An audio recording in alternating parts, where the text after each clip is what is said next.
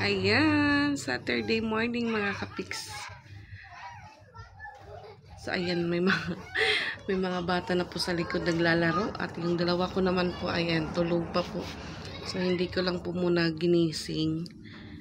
Kasi yan nga ho, na last day po may pasok sila, medyo early po. Palaging early nagigising kaya ngayon bawi po sila sa ano.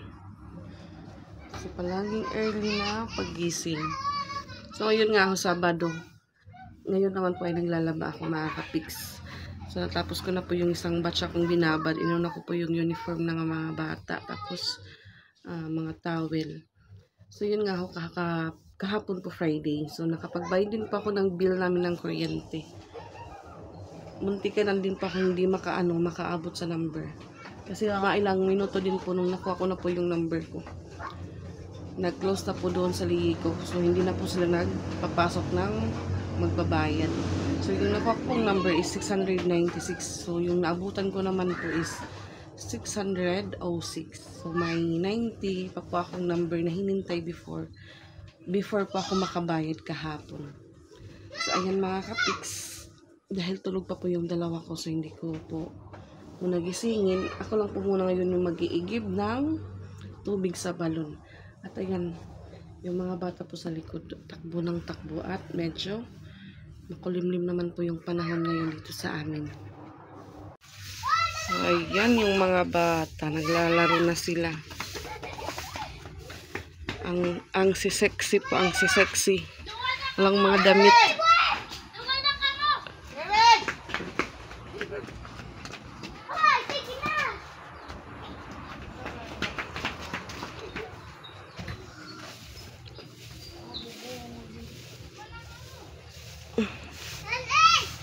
Kulimlim na morning mga kapiks. Yung oras po ay alas 7:41 na. So doon na po yung mga baldi ko.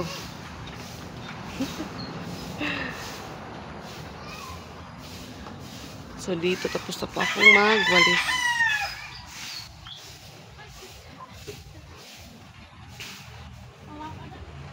So ayan yung motor, hindi ko pa po yan napaayos dahil sabi ko po kay Pix kung ipaayos ko yan, kailangan po may kasama akong lalaki.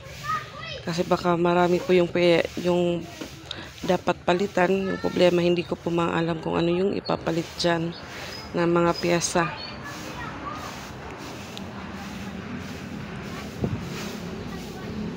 Ayan, igib po tayo ng tubig. At tulog pa po si Tito, hindi pa po nagpa-music.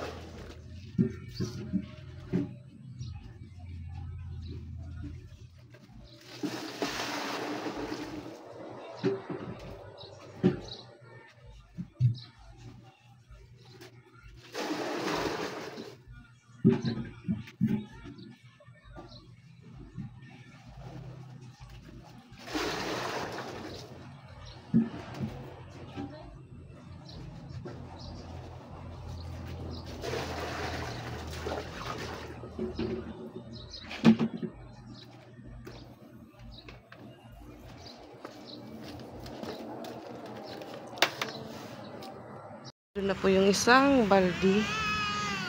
At napagod po yung mga naglalaro.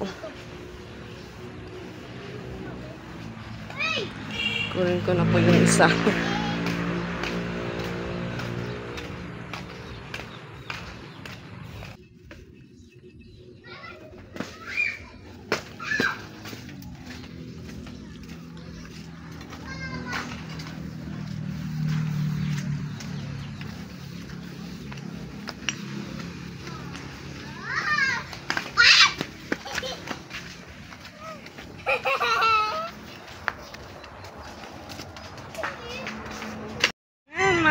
kapiks, nagsimula na po akong magbanlaw at yung dalawa gising na po nasa loob. Titimpla po ng gatas. Yan, banlaw ko muna ako.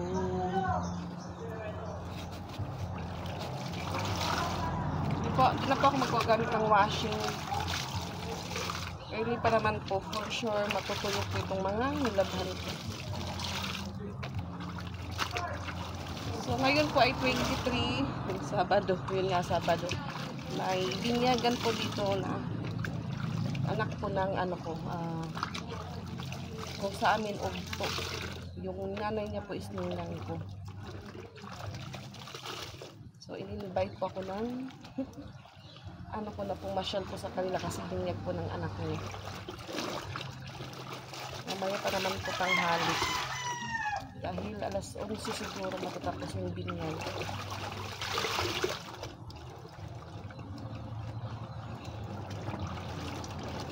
Yung nagsisilaruan ko dito. Tulog ulit.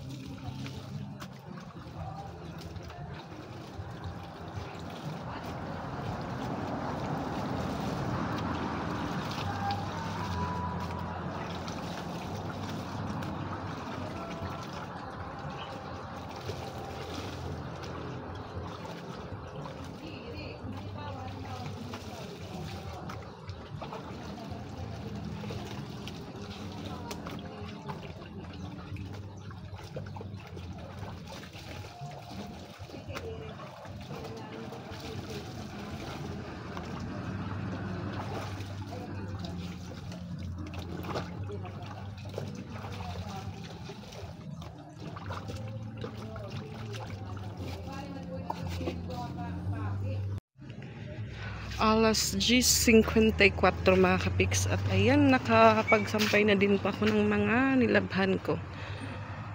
So yung iba po nilagay ko dito sa isang sampayan ni Tito.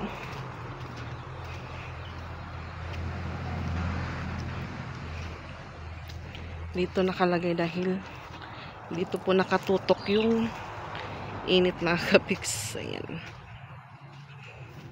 yung towel po na nilabhan ko. At yung iba naman po dito naman.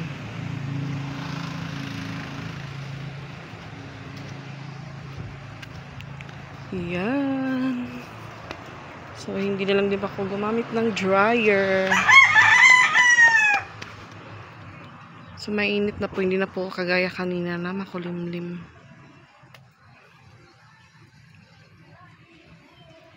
So ayan, katapos ko lang pong maligo mga kapiks, mag-aalauna na po, 3 minutes na lang.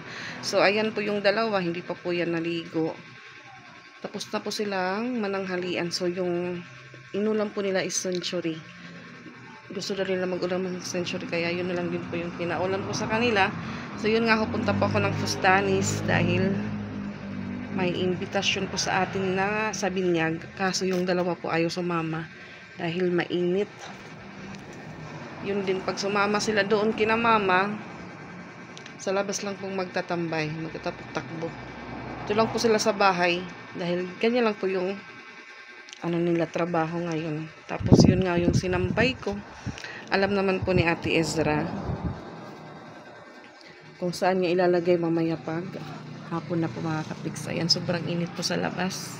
So yung ibang sinampay po dito ko nilagay. Ayan, ang init-init. So maglalakad lang po ako papunta doon. Doon pa ako dadaan mga kapiks kung saan po kami dumaan nung living po ni Kuya palabas ng kalsada. Ayan. Lakad na po tayo papunta sa bahay ng ninang ko. So, ano din pala ngayon? Binyag po ng apo ni Ate Lucy. Sabi niya, punta ka dito, day, kain tayo. Sabi ko, lumpia lang po yung sa akin. Sabi niya, marami. Hindi niya daw niluto lahat. So, yung dalawa, sabi ko, maligo na dahil hapon na po. Tsaka mainit. Kaso sabi ni Ate Ezra, mamaya na lang daw. May kanya-kanya na po silang ano, kung sasama o hindi. Kasi kung sasama, lalabas lang din po yun, lalo na si Patpat. Mag-iikot-ikot si Patpat. So dito po tayo dadaan sa may Mr. Rio Car Wash, kung saan po si Pix yung gumawa ng kanilang bubong or trusses. So yung may-ari po niyan, yung babae is ninang ni Ate Ezra. So, hindi pa ako makakapag-vlog doon sa bahay ni ninang, lalo na po pag may kantahan. Dahil mabablock po yung ating video at sayang lang din po. Ayan. Dito po tayo daan. Mas malapit po dito. Sa bahay nila ninang. Ayan, maraming mga bowl. Siguro. Mga sira na po yan. Ayan, baka. Talaka. Parang lumalapit po siya. Siguro hindi po naabot kasi nakatali naman po. Atras ako. Doon pa yung isa. Yan, malayo pa po pero naririnig ko na po na may nagkakantahan.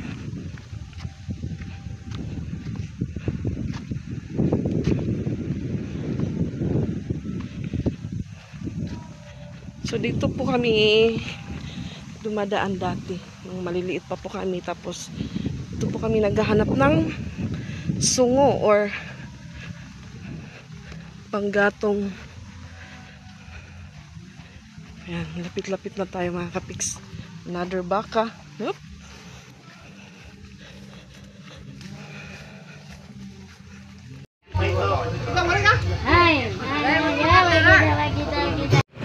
So ayan mga kapiks, nandito po tayo ngayon sa Madison Hotel. Katapos po nating pumunta sa ating imbitasyon. Ngayon naman ay manonood po kami ng ano dito sa Madison Hotel po yung venue nila. May ano po, Manlorep Got Talent. So medyo madilim po yung dinadaan po namin dahil walang street light mga kapiks. So yung kasama ko po si Rose Ann, si Francia, si Boss Angel, si Ate Ezra, si Piang at saka si Patpat. Hala, atlet kasi utan. So naiba po yung ano ngayon mga kapiks, naiba po yung venue. Hindi po yung dati na may stage. Ngayon nasa ano po sila, nasa gilid. Yung problema may music, hindi po tayo makakapag-vlog mga kapiks. Ayan. Dito na po tayo sa Madison.